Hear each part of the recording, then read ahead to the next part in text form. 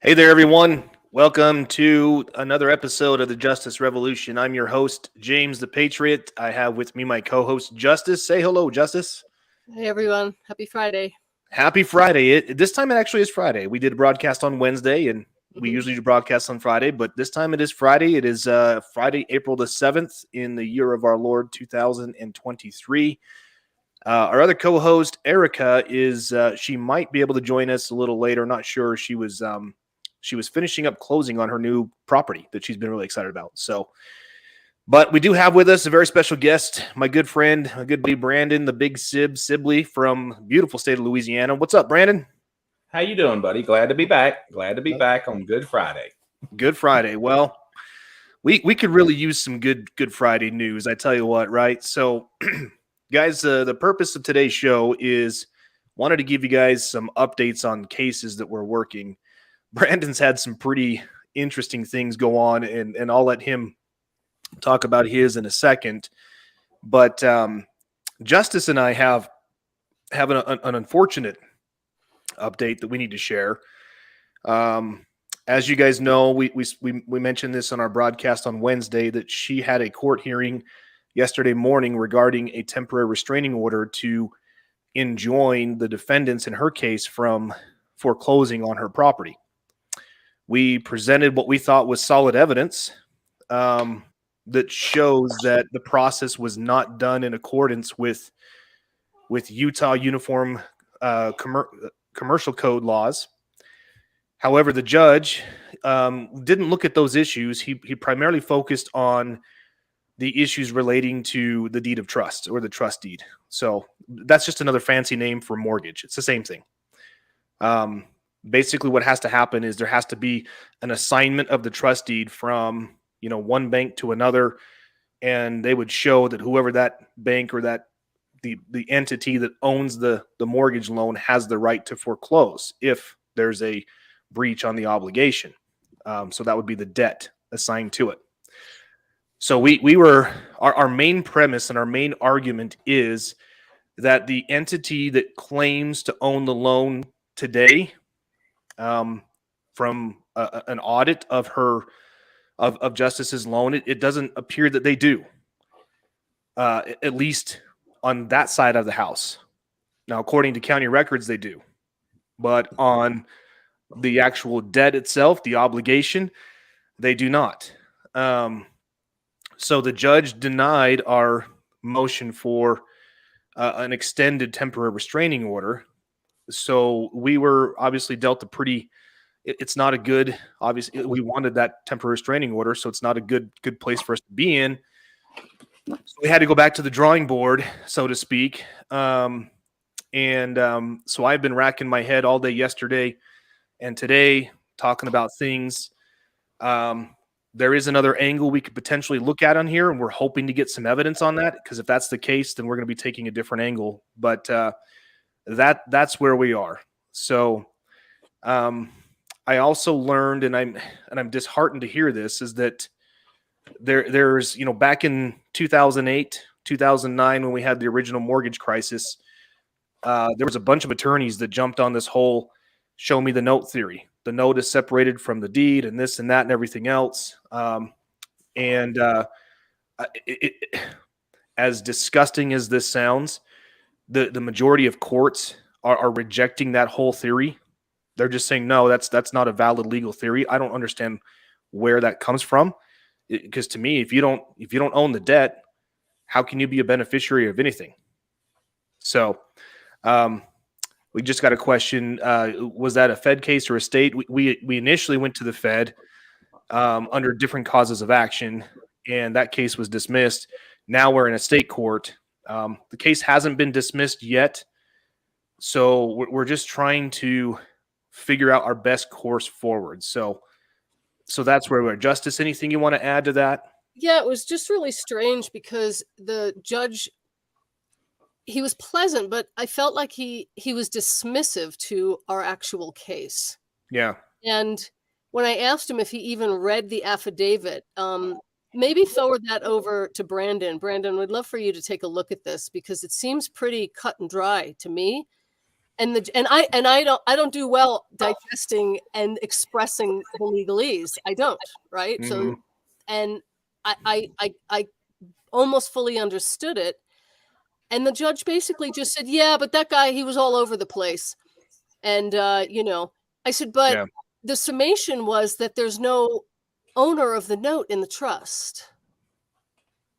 And he just, I don't even remember what he said, because we had expected James to be able to be with us, and I was Yeah. not prepared. Yeah. Because That's the other thing.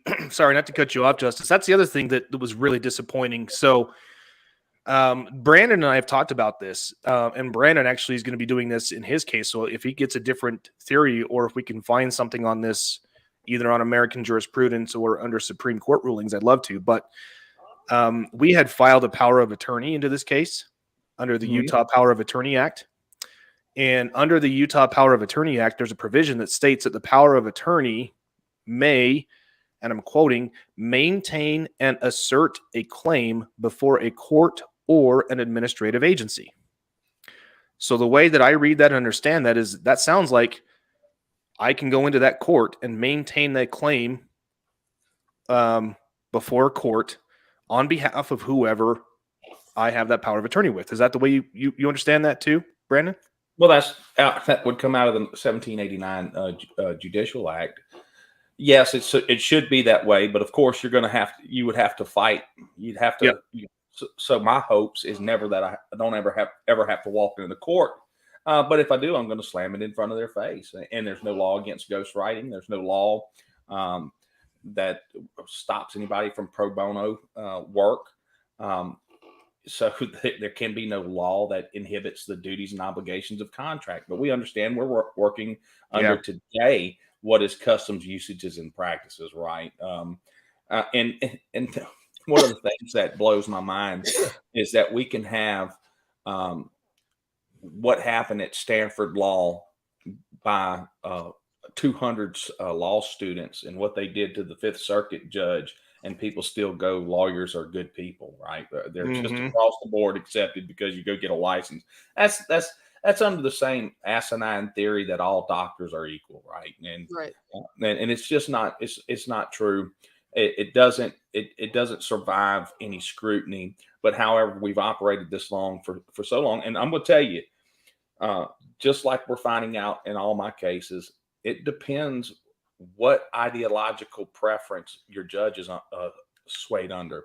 If you have some progressive morons, and that's what I'm going to call them because they're just little commies, the likelihood that a pro se is going to get anywhere inside that court is small, very small.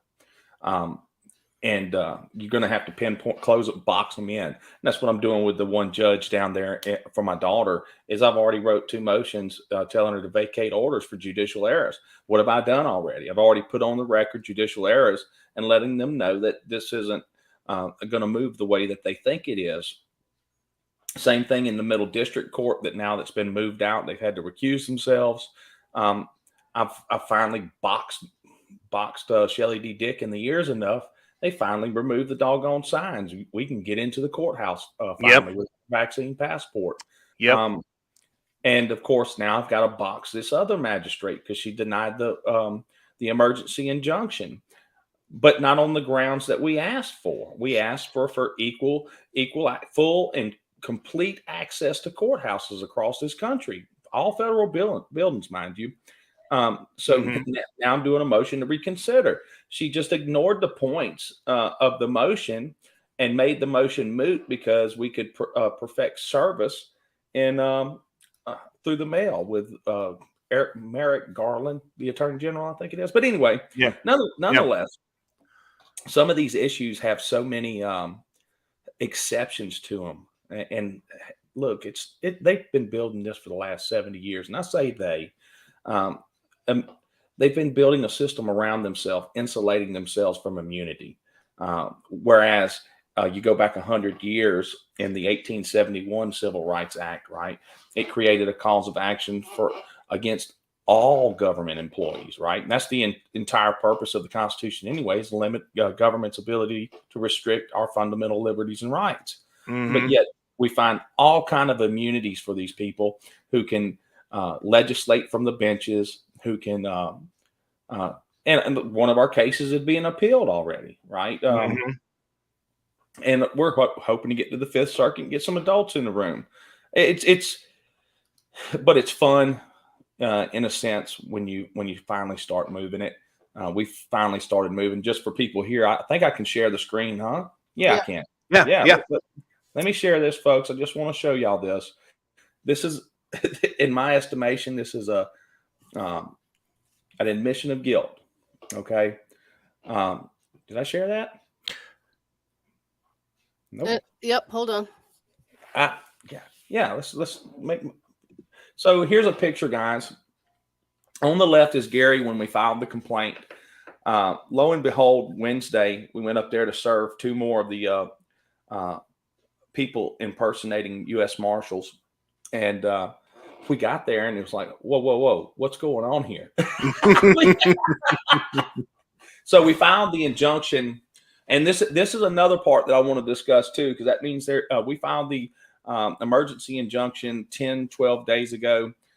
We go here to serve on Wednesday. The signs are gone. There's a new order out that was issued on March 29th by the chief judge, vacating all her previous orders.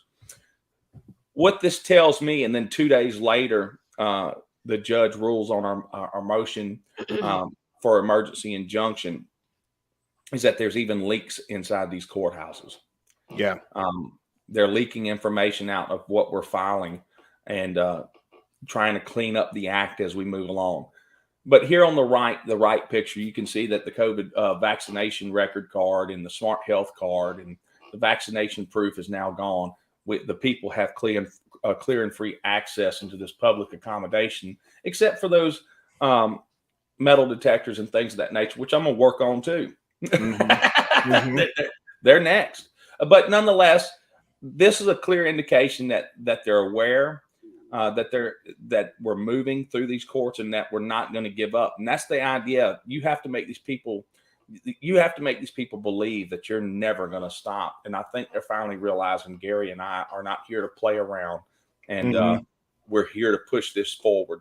So nonetheless, I'm writing another emergency injunction this morning, directing the magistrate judge to reconsider her order on account that she missed the purpose of it. So of course, this time it'll be 20 pages of information for her, which includes probably 4 to 6 states, different orders from different states on accessing public accommodations, and each order is each one of the. So I got New York, I've got Ohio, I've got Florida, and I've got Louisiana. Each and every one of the courts have a different interpretation of what they can and can't do, and different requirements for people to enter into the courthouse. That is not equal protection under the law. Yeah. So, yeah. No, that's creating a discriminatory animus, is it not? That's exactly what they're doing. And some of it's delegation of authorities, right? So what we have a problem in this country right now with the separation of power doctrine. We could see some great cases coming through. The Health Defense Fund versus Biden, United States versus the SEC in the Fifth Circuit. That was another good one, tearing apart the administrative law. We see judges finally not using the Chevron deference and things of that nature. But we have a plethora of problems in front of us. We probably have 2 generations of children underneath us that are so ideologically opposed to the American system of justice. And you have people in high places that think just that way. They're really communists or neo-Marxists or whatever identity you want to put on them, but they're fascists at the same time too, because they like to use the private-public partnerships to inflict their pain on people. And that's a direct reflection of Mussolini's fascism, which is the corporatocracy. So it's kind of a merger of the 2 ideas of communism and fascism working against us, and ideological zealots. And when we're presented with one of these ideological zealots, I see that things move much slower. They don't want to make any moves, but you have to force them to. Yeah. It's interesting because, all of us that are out there trying to learn, we learn at different levels. And, I tell you, it was very interesting because I've really never been to court. And just because of the nature of the case, you feel like you're, an ant, right? Surrounded by a bunch of horses in a courtroom because you don't know what to say unless you've got the experience. So when we got caught off guard, I was really I felt intimidated, and the judge was nice, but you don't know how to answer the questions, right? And they kind of lead you. So it was very interesting for me because I felt like I just froze and didn't know what to say because I didn't expect Yeah. to. 'Cause if I did expect to, then I would have worked a little bit harder on some points and things like that. Because, James, you and James have the gift of how to understand the cases, how to know what he's talking about and rebut it and all those things.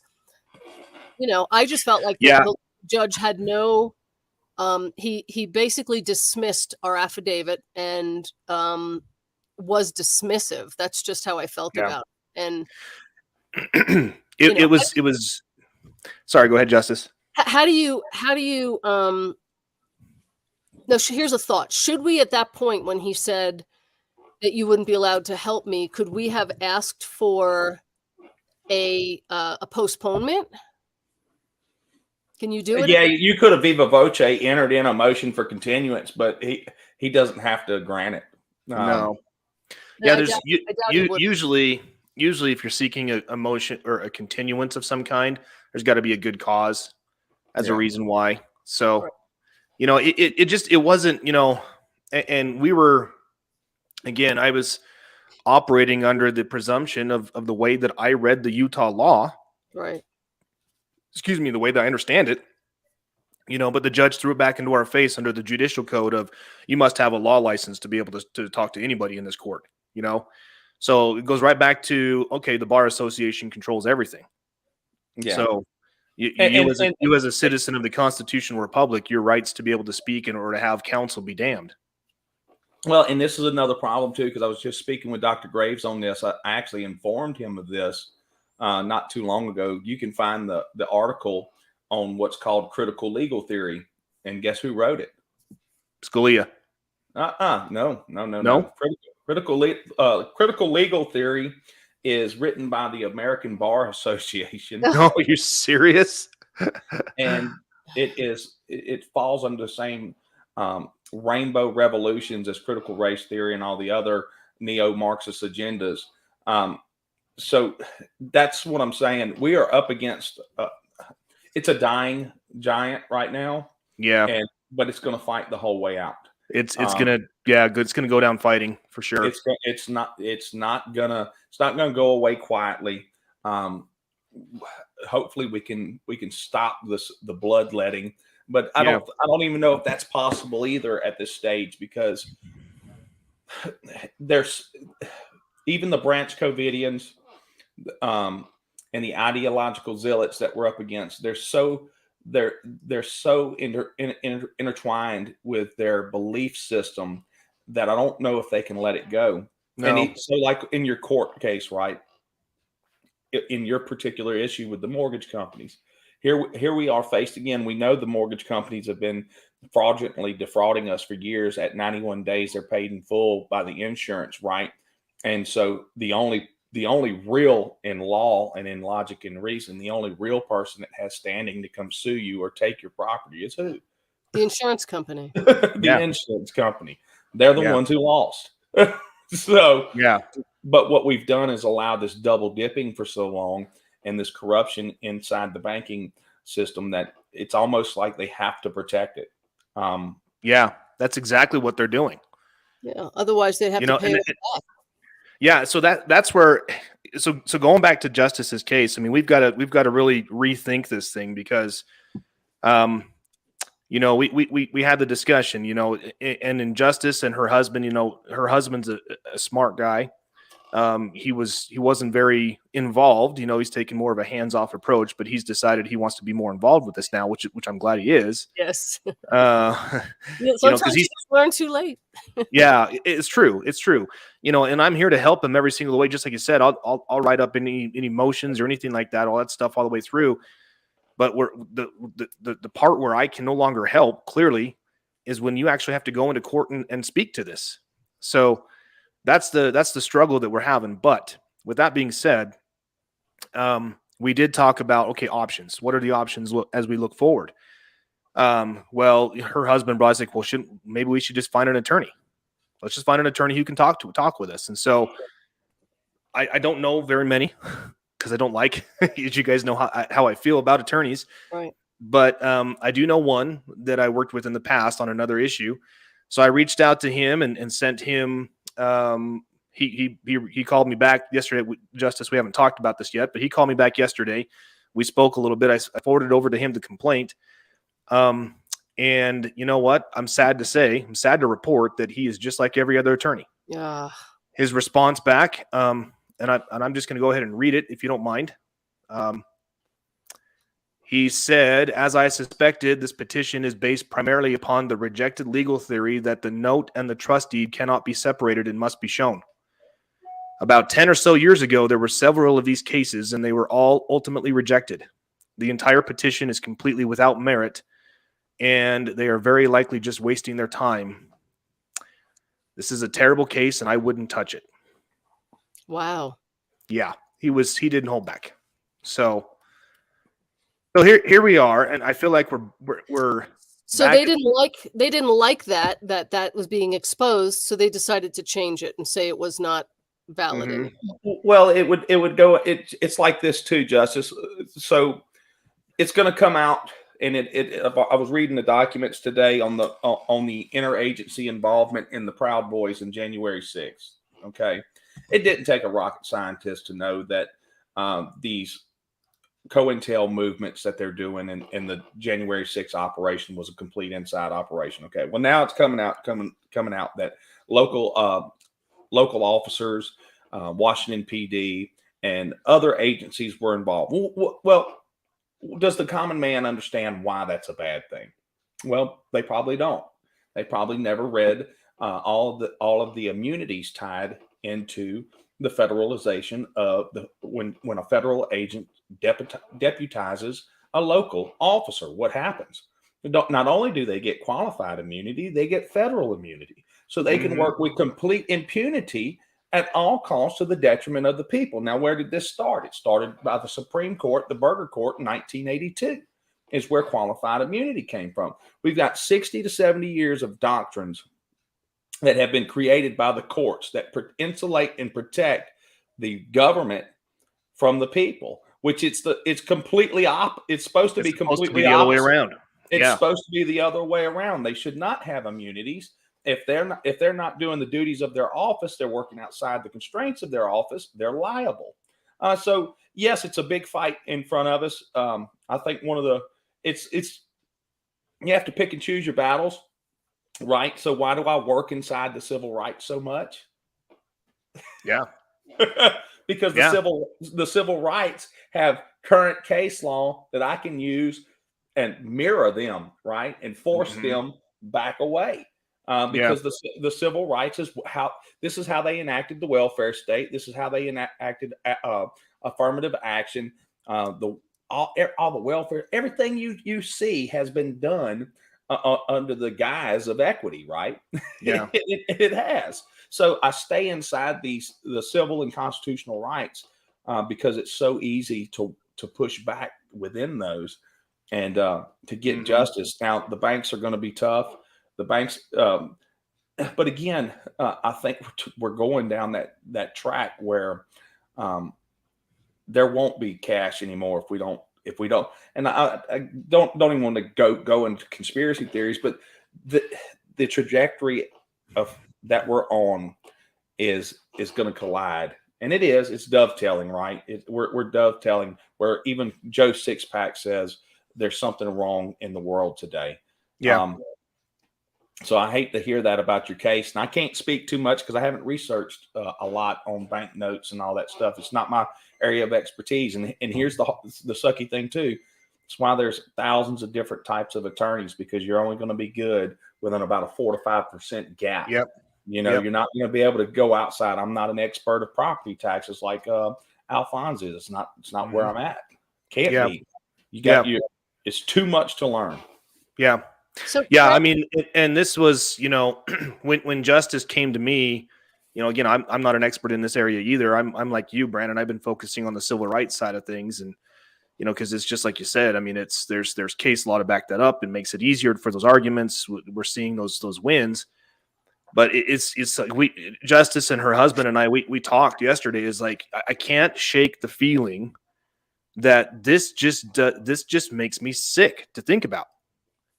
How is this? right. I mean, it and this is what we talked about. It doesn't make sense. If it doesn't make sense, it violates the common law. So here I am going, okay, so you mean to tell me that any Joe Blow can go and make a fraudulent assignment of deed of trust, and then that whoever he or she assigns that deed of trust to can now initiate foreclosure proceedings, and there's nothing that we can do to stop it? Is that what you're trying to tell me? I'm trying to wrap my head around this, and I'm trying to tie it back. Okay, where are the civil rights violations here? I mean, I know what every citizen of this republic is entitled to due process of law. You know, we have a right not to be deprived of our property without due process of law. So the courts have stated due process of law is basically two things: notice and an opportunity to be heard. So how do we get that second in a non-judicial foreclosure state? How do we get that second of an opportunity to be heard? Oh, well, we passed a statute that says before they can initiate foreclosure proceedings, they must designate somebody who will talk with you, and then you have to go back into do another loan modification or something of that nature. So what happens if like in Justice's case, she said, I don't believe you guys own this debt. I don't believe I owe you anything. I want validation and verification of this, and they refused to comply. And they even said to the judge, do I, you know, all I've gotten from my qualified written requests were a photocopy of my deed, and I politely asked for proof of the originals, the contracts, and why, you know, can I legally sell a car with a photocopy of a title? You know, can I get on a plane with a photocopy of a passport? No. Yeah. But he said that a photocopy of my contract is valid. Yeah. That's a violation of admissible evidence too. Absolutely. Yeah, it is. So do we go after the judge now? It's like how could they and all the attorneys shaking their heads. A photocopy is a valid contract. It is not a valid contract. Yeah. And I'm just blown away. I'm kind of, my sister got here yesterday too, so I'm kind of like, it's good timing, because I'm like, okay, I got to regroup. I got to lean into God. You know, he put us here for whatever it is we need to find out and learn. But the last thing I want to do is remodify this loan again. Yeah. You go back to square one, and we've been here for 18 years. This will be the third modification on the house. And the first one happened, Citibank in 2011. Literally, I don't even want to tell you that story. Maybe we will someday have an episode on telling stories, but they literally tried to steal our home, not because we didn't make any payments, but because we got a piece of paper, a form in late during a trial modification period of time. So they stopped. And this is what you were talking about, Brandon. They stopped. So what they did is they kicked us out of the modification. We were in it at 18 months at this point. And from what I understand, 3 months is what you're supposed to be. Yeah. They kicked us out of the modification, and we called to try to make a payment. They said, you can't make a payment. They wouldn't let us make a payment for 90 days. So there's that insurance payoff. And how do you use that now? Can that be evidence? Because I set this private eye that helped us with the affidavit. I set him on that trail. I'm like, when I called you, I tried to find the proof of payoff. But how can you use that then in the courts? Is there success with that? Well, yeah, I mean, I've been diving in, like I said, I have been wrapping my brain around this since this hearing yesterday. And I have been going back and forth through Utah's Trust Deed Act, which governs all of this. So under the Utah Trust Deed Act, that is what secures your property to a debt. So there's a couple of things that I wanted to bring up, and Brandon, I wanted to get your take on this. One of the provisions of the Trust Deed Act states that the transfer of any debt secured by a trust deed shall operate as a transfer of the trust deed or the security. Now, I guess the question is, what happens if they transfer the trust deed and they don't transfer the debt? But according to what that stupid attorney is saying, the courts are rejecting that theory. All right, okay, whatever. Then the second thing that I found was reconveyance of the trust deed. And it states in here, when an obligation secured by a trust deed has been satisfied, the trustee shall reconvey the trust property. So it doesn't state how that obligation is satisfied. But again, like in Justice's case here, where you had a servicer that refused to take her payments for 90 days, we know that they get those payments, they get the insurance payoff. Doesn't that satisfy the obligation? And if that's the case, then why didn't they reconvey the property? So it seems to me like there's fraud being committed here. And I guess I'm just trying to figure how do we get this in front of the court, in front of a judge that's actually going to go, yeah, holy crap, there is fraud here. Yeah. So there's so many issues. And just the simple fact of the company, that the whole reason this came about is because the company, as some of you have heard, Mr. Cooper tried to extort us during COVID. mm-hmm. We all got, my husband is one of the people that got furloughed and was not allowed to work. We had one income because I homeschool my kids. And Mr. Cooper, when we asked for some kind of relief until my husband could be employed again, they told us no, we're not offering anything. Yeah. And if that's not just a criminal answer in itself, because you're like, well, the government took our income away and you're telling us we still have to pay you. How is this possible? So I felt like I was down in Canal Street being put up against the wall with a gun to my head by the mafia. Yeah. And then because I pushed them on the issue, they turned around and said, well, we'll give you a forbearance, but then you have to pay it all back at the end of the forbearance. Mm-hmm. So we're not working, and our forbearance would be the time that we're not working, 6 months to a year. So what it turned out to be, and under duress, we took it because we're like, well, we need to buy some time and to avoid us putting in this situation. And then we get a bill for $30,000. Meanwhile, our payments were 17 and change. Yeah. I mean, that in itself is almost a case. And then as soon as I asked them for proof of ownership, they ditched the loan. They sold it to Dual Point, which is like that. And if that's not evidence, I don't know. So Mystic Rose has been posting in the comments about this gentleman here. His name is Neil Garfield. And she says that this is all he does is stuff like that. So it might be an option that we can explore.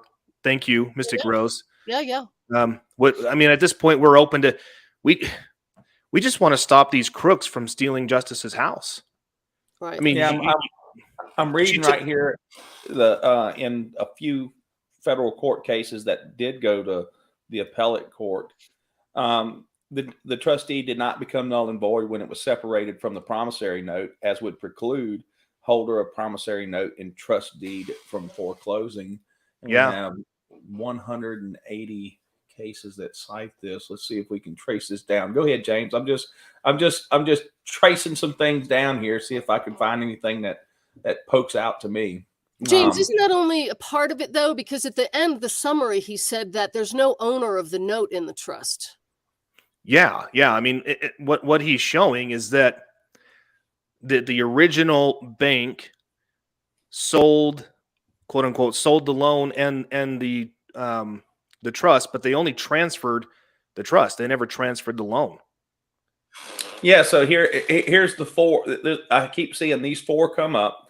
The Trust Deed Act did not require that defendants present the promissory note as part of foreclosure processes. Trust deed did not become null and void. Mortgagee was proper beneficiary of trust deed, and notarization process was not fraudulent. You keep seeing these four things come up in each case that I pull up. So this is how they're ruling on it. So what this tells me, and I've got Oregon, I've got Texas, and I guarantee Yeah. you, if I start going into Utah, we're going to have this is probably going to be unified conformity under the UCC. If I had to guess, I'm just spitballing here. You're going to have Yeah. conformity. You're going to have conformity because it has to do with banks. And Well, where's the information that says which give us all the impression that it was fraudulent? I mean, who and where was that stated and documented? Because we're all under the same impression because we all learned it somewhere, right? Yeah, it boggles the mind that when Justice and her husband bought this property back in 2005, and I'm not going to share the amount, but let's just say for giggles, it was $100,000. They bought the property for $100,000 in 2005, made payments on it all that time, and then up until last year, and now magically somehow the balance on that note is now almost $200,000. How does that equate to anyone? and look, my heart goes out to you too, because I was, of course, ignorant at the time, but they foreclosed on my house 12, 13 years ago, and it was after a hurricane here. I was out of work, and I called the Bank of America at the time, and I said, "Hey, listen, I'm gonna be a little late." "Well, we heard you had a hurricane down there. Hey, we can do this little deal, give you a 3-month furlough, right?" Mm-hmm. Guess what happened after the 3-month furlough? Swooped in and stole your house. They swooped in and stole the house, and they did it to thousands and thousands of people here in Louisiana. And meanwhile, they all got paid off as well. Mm-hmm. Yep. So at 91 days, and I stayed in the house another 2 years fighting it. Of course, I didn't know anything I know now, right? But this is an issue all the way across the United States of fraudulent business practice, and it's almost like you said, though, and this goes into the local governments. We in the in-realm actions being brought by local attorneys stealing people's houses. This seems to be the route to what's the word I'm looking for, James? When you unduly gain and profit from somebody else's misery, it seems to be the new norm. You're not thinking of conversion, are you? Well, it is conversion. It's an unlawful conversion because you're stealing somebody's equity in their house, and the equity is part of your property. It doesn't matter it doesn't matter if you still owe money or not. Yeah. The fact of the matter is what you have in it.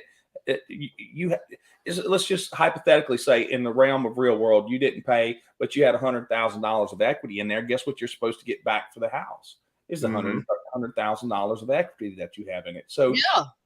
It's and of course there's a Supreme Court case going now with the Institute of Justice over these ideas right here, right? There's Well,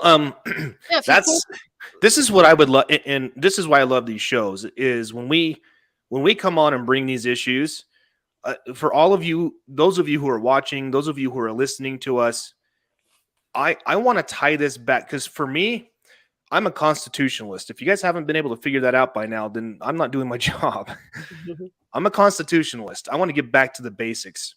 Every single one of us has a right to live our life.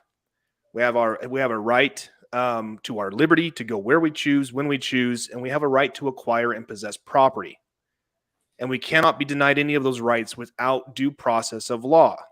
But we are being denied those rights. But we're being denied that. I mean, it's the Bar Association has created these. So as far as I'm concerned, the non-judicial foreclosure process is unconstitutional because it doesn't guarantee. Yeah, you might say that qualifies as notice, and yeah, you might say that qualifies as opportunity, but there's not an impartial third-party arbiter there to hear both sides of the story and issue a ruling based on the facts of the matter. That's not the situation at all. They can just post a notice with the county recorder's website that says, "Oh, these people are in default. We're going to hold a sale in the next 30 days." I mean, That's asinine and ridiculous to me. So I want to look at this from that civil rights perspective. Is how do we take this cause of action and let's set the foreclosure thing aside? What are they trying to do? Are they trying to, could you use a conversion cause of action? You're trying to convert my property to yours unlawfully? I don't know. Yeah, it is an unlawful conversion. Well, I don't know if the word conversion, I'd have to go back to the actual cause of action. I can't remember if it's conversion or not, because it has to do with permanent property. So you'd have to double check that. But there's three of them right there in the common law that deal with permanent property versus tangible property. And it's going to be one of those. But nonetheless, no, it is. And everything in our reality in this current realm of events fits nicely together. Look, you can run a Ponzi scheme for so long, only so long before the wheels come off, right? Yep. You can only dumb the people down to insane. And look, folks, we have a civil society. That was what Western idea was about civil society. Each and every one of us come into this world as little barbarians. Okay, it's our duties as adults to raise the little barbarians into civil people, and we're not there anymore. We've lost it. And I'll speak about this when James is talking about how it happened. Well, the Fourth Estate got too comfortable, and what's the Fourth Estate? Us, the people. We didn't keep them in check anymore, and we did it like all other cultures. We had it too good for too long. So, and yes, the strategy, I don't know where in the civil rights that you could go. Even the Ku Klux Klan Act has nothing about private, because everything's either a tort or a contract, right? And then you have actions against government, which is really where you're going to find your civil rights. I don't know where you would find it. Not in the 1871. It's not going to be in the Ku Klux Klan Act. You've got the 1984 Equal Protection Act. Might have something in there you could use. You'll have to go through each and every one of them to find if. And here's the next thing, though, because everything's instituted under Woodrow Wilson's Banking Act. I think it was the Banking Act. But anyway, they put the Federal Reserve, which is a government entity. It just so happens to not be under any purview of any of the checks and balances of the government. It is an agency of government, but it's the EPA. There's 14 of them, 14 federal agencies that are under no restrictions or no oversight from the legislative. Yeah, that's unconstitutional, folks. Go back to our enumerated powers show. Unconstitutional. But anyway, sorry, I digress. No, I want to read them. Yeah, you go off on a tangent. 14. So let me ask this. What do you guys think the possibility of basically what brought this case to the forefront was the extortion attempt? And that is somebody that put us in a position. We're unable to pay our $1,800. They said, no, we're not going to help you. The only thing we'll do is allow you not to pay, but then you have to give it all back to us. Either way was an impossibility for us at the time. So then they put us in a position that was impossible for us because the government shut the economy down. He didn't lose his job. So this is why it's so mind-boggling. Like if he didn't lose his job and then, we couldn't go out. If we wanted to go get jobs, we couldn't get jobs. The government shut the economy down. So now you've got a company that put us in a position with our backs against the wall, tried to extort money out of us. Of course you take the deal because it's the only option they give you. And then they ditch it and run out, putting this other company, Shell Point, in the position that we have to fight. So do you think it's fair? Is there a case under the Constitution that these people attempted to take away our right to have property and then ran? Mr. Cooper? Well, yes. The whole purpose and the whole drive of what we're up against in this ideological cultural war is the idea that private property must be abolished. And we have to be aware of that. Yeah. I mean, that's the facts. That's the reality. That's where we're at.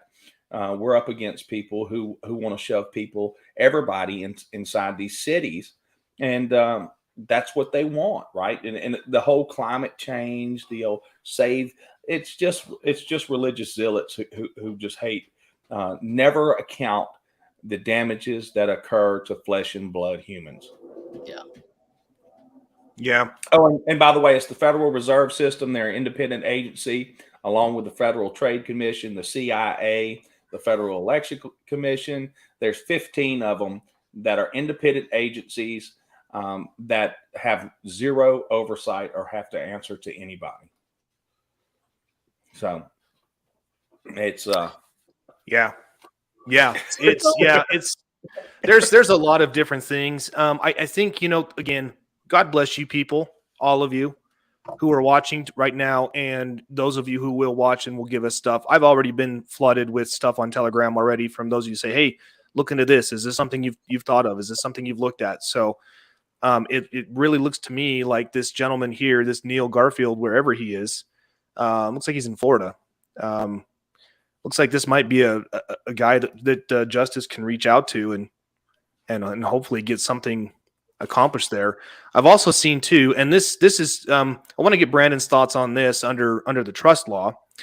So under the deed of trust, the trustors are the borrowers. And from my understanding, trustors have the legal authority to name a substitution trustee. Correct? Is that your understanding as well, Brandon? Okay.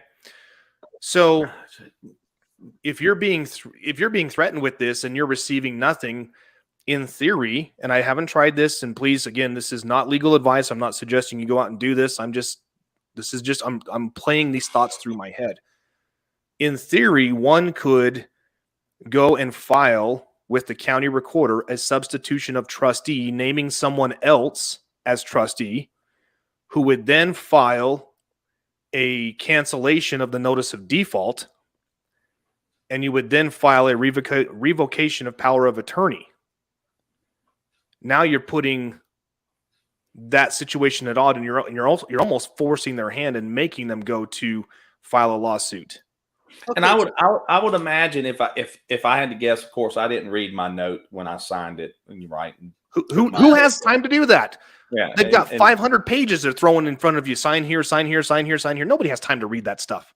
I'm pretty sure within there is all the agreements that you willfully and willfully unknowingly give up your rights, unknowingly give up your right to a court of law. I'm pretty positive it's in there, because every contract I've read since then, or since I become aware, always tries to do that.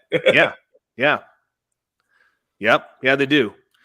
Yeah, they do. Yeah, so, you're right. Trustor is just another fancy way of saying grantor, right? It's the same. It's the same. Grantor, mortgagee, trustor. Yeah. They're all the same. Yeah. I don't know. So we've got some things to talk about, but we're coming up on 50 minutes. I really wanted Brandon to fill us all in on what's going on with his case, because my gosh, you guys. End on a good note. Thanks for all your help, guys. Thanks, yes, let's end on a good note here, because Brandon has definitely got some fun stuff to share. So which case do you want to start with first, Brandon? Do you want to go back to the Shelley D. Dick case, or do you want to start with the tribal? Well, the tribal court is inside. We've already shared the movements and going ons with Shelley D. Dick. Everybody is served. We're now at, I think, 90 days, and me and Gary and I have decided to just sit here and let them not answer. Shelley D. Dick hasn't timely answered. William Brown, the United States Marshal, hasn't timely filed anything. And of course, now you see the signs being removed, so they're trying to clean their act up and everything else. So that case is moving.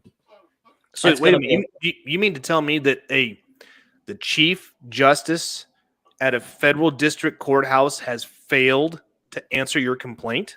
That's right. Has failed to answer the complaint. What in the world? Yeah. So again, the problem's going to be with this one is that they've included, we've actually got Walden Security served too. So the money from this is going to come from Walden Security.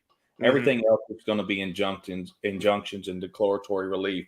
But the private conspiracy, and probably a little bit maybe from the United States Marshals themselves, because they failure to train and supervise. They're directly responsible for Walden Security. So you weren't seeking monetary damages from Shelley D. Dick or? Oh, there's monetary damages in there under Title 42, 1988. Okay. Now, how much with so many immunities for the federal government, how much that actually turns into doesn't matter. But we're making them clean their acts up. And another thing is the shot across the bow, right, to all these interagents, these cops, these police, and everything else involved here. You're not going to sit on your high throne up there as a king or queen enacting your personal idea of liberty and justice. The judicial, I think the judges are well aware. We got a motion to stay, even in Daniel Jordan's for the Mississippi Band of Choctaw Indians yesterday, a motion to stay discovery. And now, what was the deal with that? So that's a motion to stay discovery. The only thing we can come up with is they're about to, they have to be the only reasonable excuse is they're about to deny the motion to dismiss. Well, there's only one way to do that, really, because we put it in the motion. We're going directly to the Fifth Circuit from here. And the reason for that is number 12 of the Choctaw Indians rules to get into the tribal court was you must seek the Attorney General, right? Write her a letter, notice of claim, and she has to allow you to enter the court. Well, she sent us back denial of claim, right? That means the right hand didn't know what the left hand was doing. Yeah. Carl Bryant's over here fighting to get into Choctaw court. Here we go. We send a letter saying, let us into Choctaw court. And they say no. And then he goes, and then he turns around and tells the court, well, you didn't do everything you had to get into the tribal court. well, you can't get into the tribal court. They won't let us. That's the problem, right? You can't circumnavigate the rules, and me and Gary just go changing the laws and policy of the tribe. But anyway, so that's where we are on that one. My daughter's case is moving along swimmingly. I think this kid, that's what he really is. He's a kid. Is finally figuring out he's not gonna get a motion to dismiss. There's no way, no how. Even if the court does it, it's complete judicial error. There's a charge from the EEOC. That's your plausible inference of damage. That's all we need to move forward. Is the charge from the EEOC stating that she has a plausible right to redress. So from there, we go to this week. I'm sorry. Yeah, this week. This week, I filed the Wildlife and Fisheries and Continental Land and Fur. This is a Title 42, 1983 case that is going inside state court. So that's pretty cool. That's gonna be pretty cool. There's so much going on, and it's fun in the fact that we're moving the courts now. And they unfortunately allowed me to grow in knowledge. And that's what all this is about, Justice, by the way. The more you do it, the more you move, and that's for everybody else in here. Right. Once you get involved, you think you know, right? And then you start moving cases and you see the same arguments come back. You see the same ideas, and then you know how to counter them. And then you have what's called the ability to apply the knowledge, which is wisdom. And it just takes time. I've been at this 4 years. Lost my first case. I mean, and looked like a fool. Yeah. But other than that, I don't want to hold up people's time. We can make effective change. I know in the face of all adversity, people don't see it, but it is happening. Yeah. Where the babies are getting crazier and crazier out there. And I don't care if they're 72 years old. If they've never grown into their adult mind, you can physically watch them. The damage from the vaccines and the fallout from that is going to be astronomical. I have two people in my life who are vaccine injured and have small fiber neuropathy. My boss is in the hospital right now with blood clots in his stomach. Oh my gosh. He's already been diagnosed with vaccine damage. And my next door neighbor, who's my good friend, has small fiber neuropathy. That's 2 people, and I live out in the middle of nowhere. So all these things are coming to a head, and it's going to be one heck of a fight. But guess who always wins in history? The good guys. The adults. Yeah. The adults. Yeah. Anything else you want to know, James? No. I appreciate you sharing that, because you were so. I remember you called me the other day when you were so excited. Look, I don't know if I've ever been as high. Yeah, you're like, well, because here it is, Brandon. Right, you and Gary led the charge and the fight when you have some woman who let the power go to her head, thinking that she controls the world in those 4 walls of that federal courthouse, and little old citizens of this republic came in and showed her what is up. And that's what we're trying to do here, people. That's what we're trying to teach you. We the people have all the power. We do. Don't just step back and accept, oh, well, hey, because some guy with a gun and a badge is telling me I have to do something, I have to do it. That's not how this works. Right. It felt so good, because 3 years ago, I wrote this lady a personal letter. And I told her at that time, I said, I'm going to get into that courthouse. And I'm going to get in that courthouse without a mask or without a vaccine. I'm coming in that courthouse. That order that she wrote last week almost killed her. Oh, I guarantee it. I guarantee it. Right. And so this is how we affect the change. People have always said, well, how do we affect the change? It's like, so these are the things that I'm going to be doing. When all of these lawsuits that I'm involved with, I'm going to be getting involved with a property tax suit here pretty quick of my own. I've just been waiting for Alphonse to drop his. By the way, when is he dropping his? My gosh. Oh, all you need is that motion he just dropped. It's pretty powerful. Yeah. It's pretty good. Yeah. I just saw he dropped that motion there, but I want to see his lawsuit. I want to see how he has it laid out. But I mean, it's 92 pages. I know. My goodness. Don't show that to Dr. Graves. He'll throw it back to you. Give it back to me when it's 5 pages. And I love Dr. Graves. I'm doing other things with him, but there's some things he just, like the federal courts. There's no reason why anybody should ask him anything about the federal courts, because he doesn't know anything about the federal court. Yeah. He did everything in state courts in Florida there. So, but I love Dr. Graves. I mean, we have learned so much from him about, okay, when do we file motions? What type of motions do we file? How do we move the court? How do we do this? How do we do that? That's why I tell everybody, it's like, hey, that course is crucial. You must have it. You've got to go through it, and you have to he's frequently updating it too. $250. It can't be beat. Exactly. It cannot be beat. Without that course, I would have never gotten to the point that I am now. And the only reason, so I'm now in state court, and we'll see how it goes in state court with the breach of contract. This is right up Dr. Graves' alley. It's Title 42, 1983, unreasonable search and seizure, breach of contract, tortious interference, and negligence. Yeah. It's a very simple complaint. That's your daughter's case, right? No, that's my that's your fur. That's right. That's the fur. That's my alligator head. They're gonna wish they never stole that alligator's head. Yeah.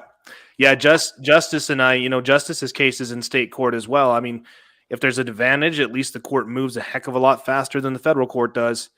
You guys, the federal court, it just, it boggles my mind. And maybe it's different elsewhere. I don't know what it's been like. I know, Brandon, you were saying that, was it the Mississippi district is quicker than Louisiana, or is it the other way around? Way quicker. And even the Eastern district in Louisiana is moving much faster, right?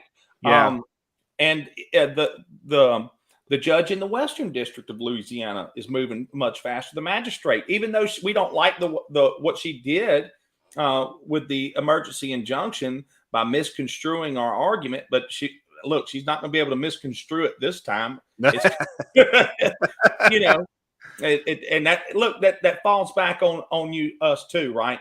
Yeah. we should have never had anything in there about process of service to Merrick Garland. That's kind of our fault. We allowed her to interpret that way.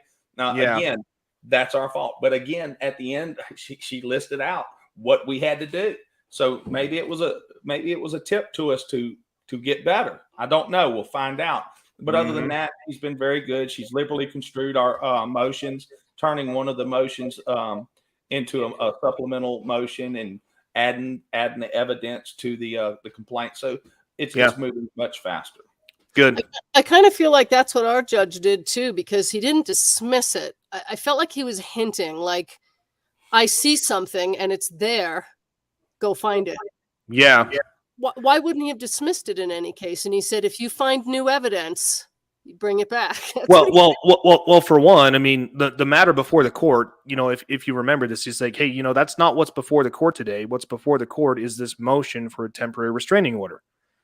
Right. So he was, I say kudos to him, because he was like bringing it back, say, hey, the only issue before the court today is the motion for temporary restraining order. Now, if the opposing party files a motion to dismiss, which I suspect they will, now that matters before the court, and the court has to determine based off of those issues there. So, I don't know. I mean, there's things too. I mean, there's things we can do. If they do file a motion to dismiss, we can file an amended complaint. So that's why I think it's going to behoove us. And I say us, I mean, it's not my house or my property, but, Justice, your family. So you're in deep now, James. I know. and so while we're on that, this is a good idea, folks, that I've started using. So when I file the complaint, I'm already amending it at the same time. So when they come with the motions to dismiss, especially in my daughter's case, I was wanting to see if they would admit to state involvement. They did. When they admitted to state involvement, as a matter of fact, the motion to dismiss by the opposing counsel stated they followed the CMS, the CDC, state agents, and everything else. So the amended complaint had a new cause of action, which was private conspiracies. I think Title 42, 1985. And then the motions that dismiss are in, they got to redo. So it's kind of fun to force them to react to you sometimes. Yeah. I think so. But like I said, Justice, we've got some things to discuss. We've got some options to look at, and hopefully in the next couple of weeks we'll have some good news. But with that, we're going to wrap it up for today. We just want to keep it a little more than an hour. You guys, I do want to let you know I am going to be out of commission for the next couple of weeks. I'm headed out of town for a work conference, and then my family and I are headed on a family vacation. So I'm going to be out of town for the next couple of Fridays. So we won't be looking at doing another podcast until the 28th of April. So just so you guys are aware. And what I'd really like to discuss then, and maybe Brandon, if you're willing to come back on and discuss it with us, I want to talk about nullification. Okay. I want to talk about bringing it back. Yeah, I want to talk about nullification. I want to talk about, hey, what happens when these rogue, for lack of a better term, idiots in Congress pass laws that they think are valid, but they violate and are repugnant to the Constitution. What are we, the people, to do? What can we do? Your fastest way to get kicked off of jury duty is to speak about jury nullification. Yeah.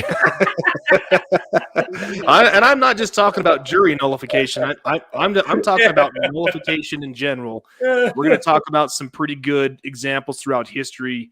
But anyway, so with that, you guys, I want to wish you all a blessed weekend. Thank you all so much for following us. Again, I don't ask for a lot, but please subscribe to our channel.